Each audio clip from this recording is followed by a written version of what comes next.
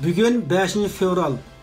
Uyghur yakın zaman tarixida Uyg'urlarning qalbida jarohatlik vahim paydo qilgan G'ulja qirg'inchilik bo'lgan kun.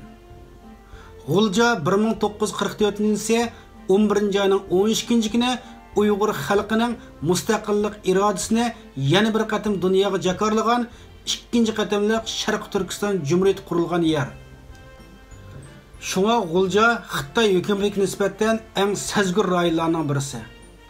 Buningdan 24 yil ilgari, ya'ni 1997-yil ise 2-oyning 5-kuni net yüzüge Uyg'ur yosh Abduhalil Abdumajidning rahbarligida mashrab va futbol harakatining cheklanishi, bolalar va ayollarning Xitoy shaharlariga oldab elib ketilishi, zaharlik chekimlikning yamrab ketishiga yo'l qo'yilishi qatorliq adolatsizlarga qarshi tinch shakllik namoyish qilgan.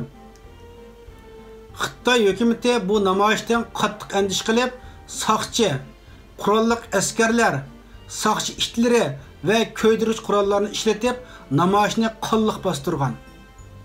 2 haftagacha harbiy holat yurgizib, o'y-mo'y kirib, necha minglagan begunoh Uyg'urlarni tutib ketgan.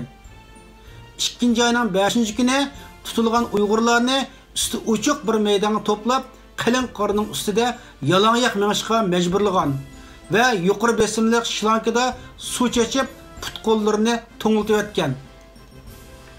Put-qo'llari ushib ketganlarning put-qo'llari kesiltilgan. Namoyish yetakchilariga umumyuzlik o'lim jazosi berilgan. Biz her yili 5 fevral G'ulja qirg'inchiligi munosabati bilan dunyoning har qaysi joylarida Xitoy hukumatiga qarshi namoyish qilib, Xitoy hukumatining Uyg'urlarga yurgizgan qirg'inchiligini dunyoga o'ngiltish orqali bu qabohatli kunni eslaymiz.